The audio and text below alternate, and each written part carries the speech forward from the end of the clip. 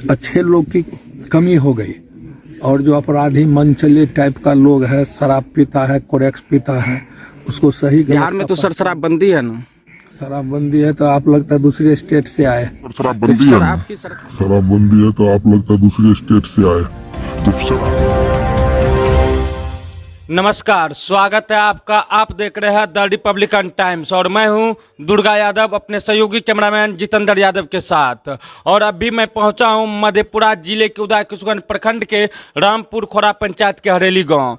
जी हां, मैं आपको बता दूं कि बिहार के मुखिया नीतीश कुमार सुशासन की दावे क्या करते हैं, नीतीश कुमार अपराध और अपराधियों पर सख्ती की बातें क्या करते हैं, लेकिन बिहार में अपराधी बेखौफ वो बेलगाम है। ठीक इसी प्रकार पूरे बिहार में से एक ऐसा जिला है मधेपुरा जिला, और मधेपुरा जिले में उदय किशनगंज अनुमंडल भी एक ऐसा जगह है जहां अपराधी बेखौफ और बेलगाम है। बीते दिन पूर्व मुखिया और नर्सिंग होम मालिक लाल यादव जी का हत्या अपराधियों ने गोली मारकर कर दी थी।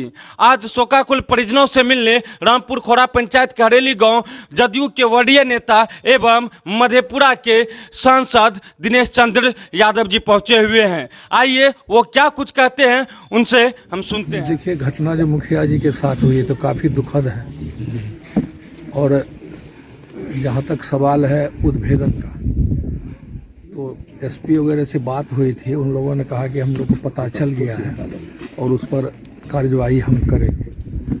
घटना तो अभी वातावरण में भी बदलाव आया। पहले इस तरह के लोग बहुत कम होते थे, अब जहाँ कहीं देखिएगा बहुत कम उम्र का भी अपराधी किसी न किसी को मार रहा है। और सभी लोग को पता है, लोग को दिक्कत है कि उन अपराधियों का चर्चा लोग नहीं करते हैं कि कल को क्या होगा नहीं होगा, लेकिन पुलिस आश्वासन दिया है कि अपराधी का पता चल गया है, हम सख्त कार्यवाही करेंगे और पकड़ेंगे। विपक्ष के लोग कह रहे हैं सर कि सरकार क्राइम कंट्रोल करने में विफल साबित हो रही है।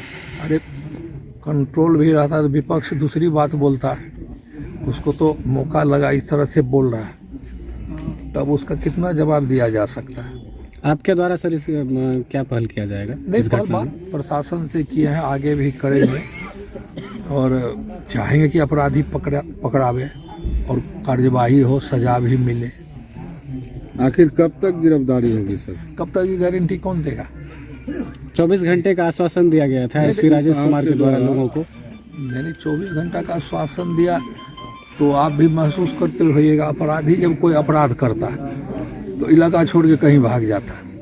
वैसा तो कुछ यंत्र नहीं है कि उसको एक साथ ही कहीं उसको पकड़ा जाए, लेकिन जब पुलिस लगी रहती है तो अपराधी चंगुल अब तो सर टेक्नोलॉजी में काफी वृद्धि हुई है, मोबाइल के जरिए भी या वैज्ञानिक अनुसंधान के जरिए। अरे इस सब को तो यूज करता ही है पुलिस। अपराधी के पास मोबाइल रहना चाहिए तो उस तक पहुंचने में पुलिस को भी बहुत आसानी होती है। बिहार सरकार प्रशासन को इतना टेक्नोलॉजी से लेस कर दिया तो भी बिहार में हर साल अपराध की ग्राफ बढ़ते ही जा रही है और स्वतंत्र रोज 9 हत्या होती है। सर इसके बारे में क्या कहेंगे? नहीं, देखिए टेक्नोलॉजी तो है ही, और बड़ी बड़ी घटना होती है उसका उद्भेदन भी होता है और अपराधी पकड़ाते ही हैं।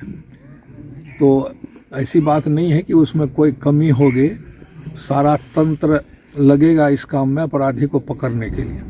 जी, तो भी हर साल सर अपराध का पूरे बिहार में अपराध का ग्राफ बढ़ते जा रहा है। बढ़ेगा, स्वाभाविक न है।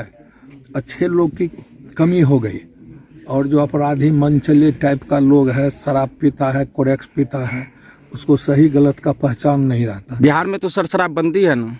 शराबबंदी है तो आप लगता है दूसरे स्टेट से आए।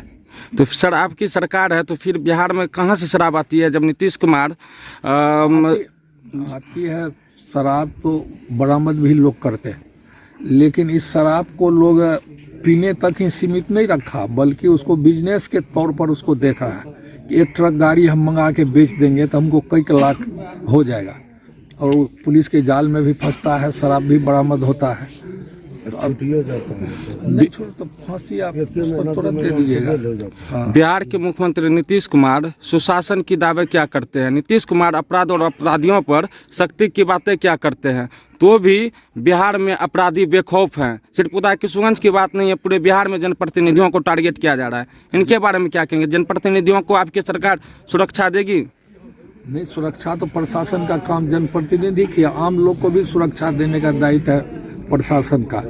तो बड़ी घटना होती है या छोटी भी घटना, तो पुलिस तो उद्भेदन करने में थोड़ा वक्त लगता है, हो ही जाता है। बड़ी बड़ी घटना जो हो रही है बड़े बड़े शहरों में, तो सबका हत्या के बाद सर मुख्यालय के लोग भयभीत हैं इस संबंध में सर। देख, समाज को तो थोड़ा हिम्मत करना पड़ेगा ना।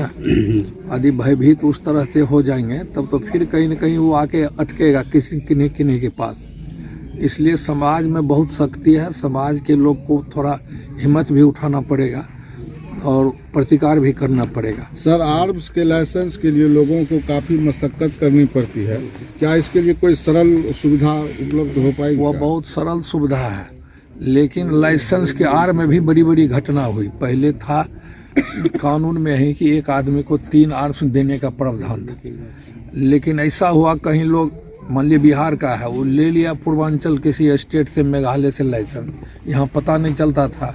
जम्मू कश्मीर के इलाके में भी जो आतंकवादी होते थे, अपराधी होते थे, वो कहीं का लाइसेंस लेके बैठा हुआ था। इसीलिए भारत सरकार उसको ख़त्म करके अब हुआ कि 2 लाइसेंस कोई व्यक्ति ले सकता है, और उसमें छानबीन अधिक होती है कि गलत आदमी के हाथ में आर्म्स नहीं चला जाए। सर आप तो जदयू के बढ़िया नेता हैं। पंचायत चुनाव के बाद जनप्रतिनिधियों को पूरे बिहार में कई जनप्रतिनिधि की हत्या की गई, और जनप्रतिनिधि संघ जो मुखिया संघ है वो मांग किया सरकार से कि उन्हें सुरक्षा दी जाए और लाइसेंसी हथियार आवंटित की जाए। क्या आपकी सरकार उन्हें सुरक्षा के तौर पर लाइसेंसी हथियार देगी? क्या का प्रक्रिया है, और उस प्रक्रिया से जब लोग आते हैं तो प्रशासन के लोग भी उस पर विचार करते हैं, और ऐसा नहीं है कि अब जो दिया दरखास्त उसको हो जाए। वही बताए न कि इसका गलत उपयोग होता था, लाइसेंस चढ़ा के गलत करके आर्म्स में रखता था, तो उसी सब के चलते उसमें कड़ाई की गई है। और प्रक्रिया से आएंगे जनप्रतिनिधि लोग, चाहे जिला परिषद हो, पंचायत समिति, मुखिया, तो यदि उनको आवश्यकता है तो उनको लाइसेंस के लिए बढ़ना चाहिए, डीएम के आवेदन देना चाहिए। अभी आप सुन रहे थे मधेपुरा के सांसद, वो जदयू के प्रदेश लेवल के वरीय नेता दिनेश चंद्र यादव जी को, जिन्होंने इशारे में कह दिया कि बिहार में पूर्ण शराबबंदी नहीं है। उन्होंने पत्रकारों के सवाल पे कहा कि अपराधी शराब पीकर अपराध जैसी घटनाओं को अंजाम देती हैं। जब पत्रकारों के द्वारा सवाल पूछी जाती है कि बिहार में तो पूर्ण शराबबंदी है, तो फिर अपराधी को शराब कहां से मिलती है? तो मधेपुरा सांसद दिनेश चंद्र यादव जी कहते हैं कि पत्रकार को आप दूसरे स्टेट से आए हैं। कुल मिलाकर कहा जाए तो सांसद दिनेश चंद्र यादव इशारों में कह रहे थे कि क्या आप यहाँ के नहीं हैं, आप दूसरे स्टेट से आए हैं। उनका इशारों में बस यही कहना था कि बिहार में तो धड़ल्ले से शराब मिल रही है और आपको जानकारी नहीं है। बिहार के सुशासन बाबू नीतीश कुमार शराबबंदी के नाम पे ढोंग रचते हैं और खुद के पीठ थपथपाते हैं, और हर भाषण में कहते हैं कि बिहार में पूर्ण शराबबंदी है, बिहार में कहीं शराब नहीं मिलती है। वहीं एक तरफ मधेपुरा के सांसद जदयू के प्रदेश लेवल के वरीय नेता दिनेश चंद्र यादव जी खुलेआम मीडिया के सामने ऑन द कैमरा कहते हैं कि बिहार में अपराधी शराब पीकर अपराध जैसी घटनाओं को अंजाम देती है। धन्यवाद।